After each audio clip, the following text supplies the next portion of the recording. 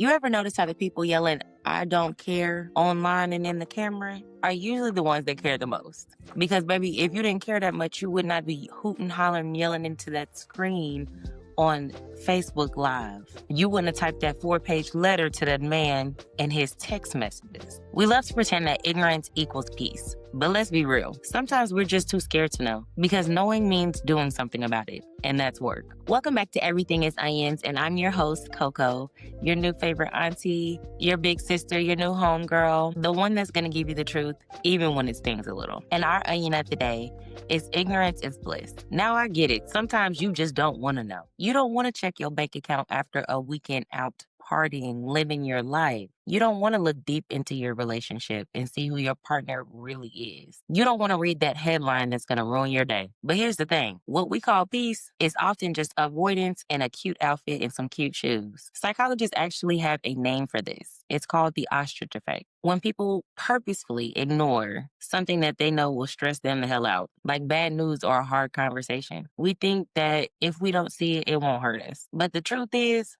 it's still there, waiting. Think short-term peace, long-term problems. And since we're here, think about the last time you avoided something. What was it protecting you from? Were you calling it peace or were you pretending not to see? Because I know sometimes that y'all see red flags and think it's Six Flags. People see these red flags and are ready to jump on the roller coaster. And it's funny because ignorance to a situation feels like rest. It feels like comfortability. It feels good until it feels bad, until it feels like regret, until it feels like resentment. It's easy for us to get caught up in the moment, to have a whirlwind romance and meet a new guy and in 3 days, this is your boyfriend, my man, my man, my man. And it's all shits and giggles until these things come with real life consequences, death, jail. The shit just doesn't go away. And the older you get, the less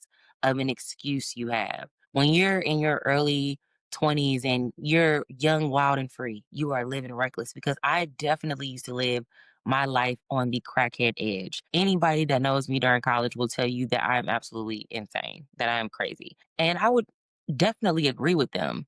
But I know now the consequences of my actions. I realize how picking the wrong baby daddy will really have you locked in for life with a fucking bum. Now, that's not my personal experience, but seeing that enough, seeing how getting married to the wrong person can have your ass on an episode of For My Man. And that is such an interesting show to me because who would have ever thought that there would be a TV show with 9 seasons of countless women that meet a man, fall in love, absolutely fuck their lives up or turn their lives upside down for a man. And it's not just in relationships because people do a lot of things that cost them in the long run. Even lying, as little as lying may seem, telling a little white lie, you can really see how certain things can snowball and you can act like that shit doesn't exist. You can act like it's not there or it never happened. But babe, somebody's always coming to collect, honey. This also makes me think of the Diddy and Cassie situation and how I feel like her ignorance to the monster that Diddy really was, it seemed like bliss, or it could have seemed like bliss to her in the moment. But I think that now that she's older, especially with the trial being over, I think that she is looking back at that relationship and seeing how ignorant she was. And I know so many people have their own idea of that situation, whether they think she was a willing participant or whether they realize the magnitude of the situation that girl was young as hell and that man was old and a predator and he sought her out. And I think that while she knew what the hell was going on, she also simultaneously thought that she was a willing participant. Sometimes you can be in a situation where you are not trusting your gut. You are going with the flow when going with the flow is going to have you diving head first off a fucking cliff. I'm pretty sure that her not really knowing the depths of what she was getting herself into, especially in the early days. Um, I know that that has came at a price. It definitely came at a price. And people think that that girl getting a settlement from the lawsuit with the hotel is payment for everything she endured. And I absolutely don't. I think that once you do know better about certain situations, you can look back and you could self reflect and say, hey, I was in a fucked up situation. But again, these things all come with accountability and self-reflection and being able to have discernment, which I realize that a lot of people don't have, but the idea that ignorance is bliss is really something that people live by. It's kind of sad in a way. It really makes you think that some people would rather live in la la land than live in the truth. Some people would rather live in a fictitious reality made up in their minds than live in the reality that they're in every single day. Now let's get into the messy middle. Let's talk about where ignorance thrives best. Social media. It's the biggest highlight reel in history. We know it's fake, but every single day we get on Instagram and TikTok and Twitter and compare ourselves to influencers and celebrities and people we will never ever meet in real life. Because when you really think about it, you know the influencer who was always on vacation, baby, she's probably in debt. And I'm not going to put that on everybody because everybody is not broke and not financially illiterate. And some people do have good jobs and budget and spend their money well. But for the most part, this economy is in hell. It's shit. And plenty of people that you see on the internet and on social media are in debt. Okay. They're in debt. Something that I'm going to scream to the cows come home is you are broke if you spend more money than you make. Okay. I'm going to repeat myself. You are broke if you spend more money than you make. I don't give a damn if you are a billionaire and you make $1.2 billion a year. If you spend $1.6 billion, you are in debt and you are broke. We see celebrities all the time where TMZ is posting that they're getting evicted. Somebody's getting outed for not paying their rent, or somebody's car is getting repossessed. And you see people with these lavish lifestyles, these lavish homes, and you automatically feel like you're behind. And for what? Something that I always keep in the forefront of my mind that never allows me to compare myself to other people is the fact that you don't know what the hell somebody did to get what they have. It makes me think about that pipeline where everybody was talking about the girls going to Dubai, the girlies going over to Dubai, getting flued out to get shitted on, to literally get pissed and shitted on. I've seen plenty of escorts talk about that, flying out to Dubai for tens of thousands of dollars to get pissed and shitted on. Some of the girls are going to be real and some of the girlies are not. And that is another thing, too, while we're on the topic. There are so many girls, there are so many women who are sex workers giving not, and I don't even want to say giving the advice to the nine to fivers. The nine to fivers are consuming these women who are sex workers, who are escorts, who are prostitutes. You're consuming their media, you're consuming their thoughts and opinions, and you're trying to apply it to real life. And babe, you got to realize that some of these girls be selling it. Some of these girls be selling it. A lot of these girls be selling it. And if you're not selling it, you don't need to be listening to certain women. You don't need to be listening and taking advice from women who are selling pussy when you, in fact, are not. And something that I'm going to tell you, if nobody else ever told you, these men do want some damn sugar. These men want fucking sugar. You're not going to find no damn sugar daddy that don't want sugar. That is why he is a sugar daddy. I don't know where women got lost in the matrix of thinking that men want to spend their money on women solely just because they have the money. No, these men want to have sex with you, babe. These men, these men want to have sex with you, boo. And if you are so naive and treating men who are not tricks like a trick, you're not gonna get too far. You're not gonna get too far very fast because you imagine asking a man who works a regular job to buy you a $5,000 bag and then being upset when he doesn't, or asking him to take you on vacation and fly you out and do all these things when you're seeing what a woman has or who she's dating when the man is a fucking scammer. You're asking 9 to 5ers, you're asking blue collar workers, you're asking men who are normal, everyday, average Americans for things that scammers and celebrities are giving their significant others. And it's absolutely nuts. You need to stop that shit. I feel like that's a big part of the reason why men are being so fucking stingy and sassy is because women are treating regular everyday men like they're tricks and sugar daddies when they're not. And again, we can touch on that in another episode, but that is just some food for thought where the ignorance, the idea that men just want to spend money on you and buy you bags and clothes and fly you out just because you're cute or just because you have a BBL is fucking crazy. And even though we know that social media is fake, we still scroll, we still post on there, we still want to be seen. And a lot of the time, some people are doom scrolling because they simply don't want to face reality. Social media can feel like a safe space for people, especially from the comfort of your own home in your bed, rubbing your feet together. But when you think about it, it might fill you up, but it doesn't nourish you. Think about the soft life trend. Everybody's talking about ease and peace and living soft and being just a girl, which is beautiful. And I love the idea, but nobody talks about how much avoidance hides and lies in there. Some people are not living soft. Some of the girlies are living scared. Some of the girlies and these TikTok couples and YouTube couples get on here presenting themselves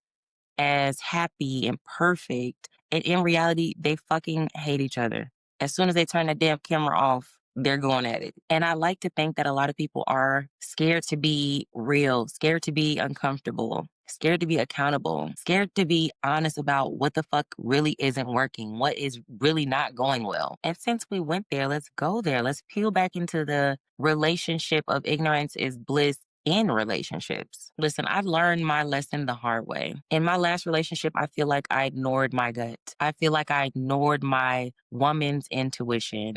I had so many other people, outside influences, even my therapist, from what I was telling her, thought I had a great boyfriend, everything was fine, and that I was, maybe she didn't say this per se, but that I was trying to find something wrong in my relationship. I'm what you like to call a non invasive girlfriend. I'm not the kind of girl that goes through phones or tracks my man around or be looking on somebody's story or looking at my friend's story wherever he went out to be like, yeah, that's my man tattoo in the back of that picture over there behind that fan. Shout out to the girlies who do, but I just can't do that. I can't get jiggy like that. I don't even want to be in a relationship with somebody where I feel like I have to hover over them or check everything that they're doing because at the end of the day, if I feel that if I don't trust you enough to feel comfortable enough that you're not cheating on me, like at least the idea, the thought in my mind is not that you're cheating on me. I don't want to be like that. I don't want to be in a relationship where I feel like I have to know somebody's every move. Cause if a man is gonna fucking cheat, he's gonna cheat. Ain't nothing gonna keep a man. It don't matter what the hell you do. There is nothing but the man that is gonna keep the man from cheating. Okay? I don't give a damn what no woman has ever told you. Cook him food, buy him gifts, do all this stuff for him, suck him this and do baby, if a man is gonna fucking cheat on you, he's gonna cheat. Period, point blank. But for me, like I said, my intuition was yelling at me, and I was always just a little bit off. Anytime I confronted him, of course he gaslit me and lied. But I never had proof and I wasn't spot on. So that allowed him wiggle room to lie a little bit more and make me think I was nuts. And when the truth came out, he actually was cheating. I found out about 2 women at the same damn time. But for me, it was over. It was done. Finito. There was no drama. There was no speech. There was no crying. I was done. I think the last words that he said to me the night that I confronted him, because I had ended up on the phone with the girl he was cheating with, and we were talking, sharing stories. And after I got off the phone with that girl, I remember going over to his house and confronting him. And I knew he had to work in the morning, early as hell. But the last thing that he said to me was, "Can we please talk about this in the morning?" And I remember being like, no, because the thing for me was I ignored my gut. I was trying to blissfully live in my ignorance of not actually knowing, not actually having proof, and still loving and caring about this person and wanting us to be together, wanting the relationship to work. But once I knew the truth, I stood 10 toes down on bigness. And I'm always going to stand 10 toes down on business because nobody's about to play with me. You can't let anybody play with you because you're the only person that's always going to fight for yourself. You have to. If you don't, who the hell else do you think is out on the front line for you? Nobody. And what's funny about gaslighting is the fact that it makes you distrust your own intuition. It teaches you to ignore your inner voice. But you got to remember that intuition is data too, child. Intuition is telling you something. I don't know what it is. I don't care how many men try to say, oh, women's intuition is this and it's that. It's stupid. It's made up. A woman be knowing what the hell is going on. Women be knowing. Women be feeling it. You can feel it. I feel like I could feel when that man was lying to me and he used to piss me the hell off. He used to disrupt my damn mood. But you have to realize that it's your body. It's your spirit. It's your experiences telling you something that your eyes can't prove to you yet. When we ignore that, we are not as comfortable as we really think we are. We're not as safe as we think we are. In reality, we are out here betraying ourselves because sometimes the truth doesn't need proof. It needs peace. Sometimes you don't need hard truth to know that the way that you're feeling about a situation isn't good. It's not sitting well in your spirit. And that's all the fuck you need sometimes. Sometimes you don't need proof. You don't need to know 110% that a man is cheating on you or that he's lying to you. If you feel like he is, hell, leave his ass. If you feel deep down in your spirit enough that something is wrong, you have to listen to that shit. And now that I'm talking about intuition, I literally just seen a girl on TikTok talking about how she just survived a serial killer. She was talking about her and her friend and how they were playing Pokemon Go. And the girl was probably early 20s, college age, blonde hair, blue eye, pretty girl. And she was telling a story about how she was looking for Pokemon with her friend. She was driving, the friend was looking for the Pokemon. And a security officer stopped them and basically told them that the campus was shut down after 10 p.m. or something and that they couldn't be out there. And they explained why they were on campus, why they were driving around, why they didn't know. And the security guard proceeds to tell her, oh, well, there's a Pokemon Go over there in the field. And the girl said something about my intuition was just going, it was alarm bells going off in my head. She knew something was off. She couldn't place it at the moment, but she knew that something wasn't right. Well, fast forward to a couple of days later, she said that she was talking to her mom about the situation. Or maybe she said that after the fact, she had told her mom what happened and she just had a weird feeling. And a few days later, there was a news article from that school that a young college student had been murdered. And that security guard was the number one suspect. Yeah. Sometimes, as women especially, we need to learn to listen to our intuition. It is not lying to you. It's not. You got to learn how to tap into that. You have to learn how intuition and discernment go hand in hand, and it can save you a lot of stress the older you get. Now let's pivot a little bit because this avoidance thing, it's not just personal, it's cultural, especially in the Black community. We were raised on silence. We were raised on what happens in this house stays in this house. We were raised not to question grown folks and to just pray about it. Or that was just how somebody was. Hearing those things as a child really does translate over into your adult life because you have so many people that hear these things in their childhood and inherited the emotional avoidance as a fucking survival skill. And I realized that our grandparents, our ancestors did not have the luxury of falling apart. Okay? I'm going to be honest about this. I realized that our grandparents and our ancestors did not have the luxury of being depressed. They didn't have the luxury to go to therapy and heal and work out what they were going through. Baby, them people were quite literally trying to motherfucking survive. Every day I think about how old Emmett Till will be today. He would still be alive today. Every day I think about Ruby Bridges and how that woman is alive and well and in her fucking 70s and kicking. And here we are now, overthinking, overworking, overfunctioning because we've never learned how to sit in discomfort without calling it a weakness. We've never learned how to sit in discomfort without calling it a weakness. And that shit shows up everywhere. In dating, in your relationships, how you handle grief, even how we talk about mental health. Young Thug just got on another podcast running his mouth and said that he would not want his girlfriend, Mariah the Scientist, to go to a therapist because he would feel like less of a man. The fact that he even said that lets me know that he has never been to therapy a day in his life. He definitely needs to go sit on the couch with the lady. But as a culture, we have sat in ignorance when it comes to the multifaceted realms and layers that is mental health. We do not want to talk about it. We do not want to address it. And it is really a huge problem in our community. Have you ever noticed on Love and Hip Hop on Real Housewives, every single reunion starts with avoidance. Somebody lied, somebody hid something, and now everybody is here crying in a sequin dress on national television. And it's funny as fuck watching it until you start to realize that we do the same exact shit in real life. Every day we avoid, we deny, and then we explode. I personally exploded on Facebook a couple of months ago on my biological mother for all the abuse that I endured while I was under her roof. I avoided addressing the elephant in the room, even though it really wasn't an elephant to me because I lived it.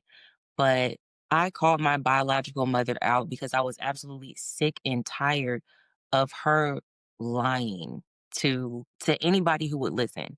And what's funny about my biological mother, and I don't want to diagnose anybody because I am not a mental health professional, but that woman is a narcissist, and I'm pretty sure she is bipolar or schizophrenic or something of the sorts. But I know that her mental health is not there. I kept so many things to myself over the last 20 years and absolutely lost it on the internet because I was tired. I do feel like as soon as I released all that off of me, I do feel like it was a weight off of my shoulders. And I would do it again and again and again. I realized that the woman that I am today is not the woman I was 15, 20 years ago. I did used to be meek and mild and soft and calm. And it was because I was getting abused at home. I was getting my ass kicked at home, not being fed, not being bathed, not being taken care of by my biological mother,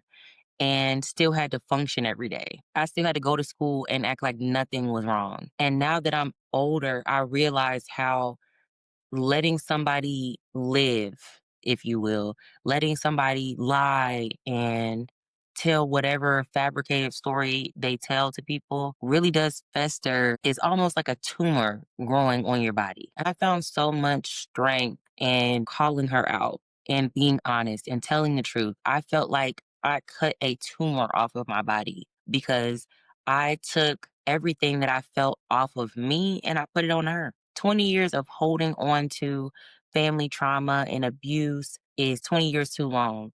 And we have to realize that silence doesn't protect us. It just preserves the pain. And like I said before, when you avoid too much for too long, you start paying interest. You start paying emotional interest. And that shit gets hefty. It's a hefty bill to pay when the check comes. Avoidance is the emotional debt that I'm talking about. Maybe it'll show up as anxiety or resentment or that feeling when your chest is tight as hell and you just don't know why. The body keeps receipts. The body keeps receipts just like them iPhone screenshots do, boo. That headache, that tension, those sleepless nights, it's all unprocessed emotions. And it's not just internal. Avoidance can break up your relationships. It can kill your creativity. It'll rob you of joy, everyday fucking happiness. You can't truly be alive and living when you're dodging reality. The best thing that you can do for yourself is work through your feelings, work through your emotions. Get a damn therapist, okay? If nobody has ever told you or encouraged you, or if people have discouraged you from getting a therapist, what I will say is you do have to find the right one. You have to find somebody that you mesh well with. But going to therapy and working out your emotional trauma, working out your emotional debt And striving to become a better person is the best thing that you can ever do for yourself. Because them chickens is gonna come home to fucking roost. It doesn't matter how long you avoid it.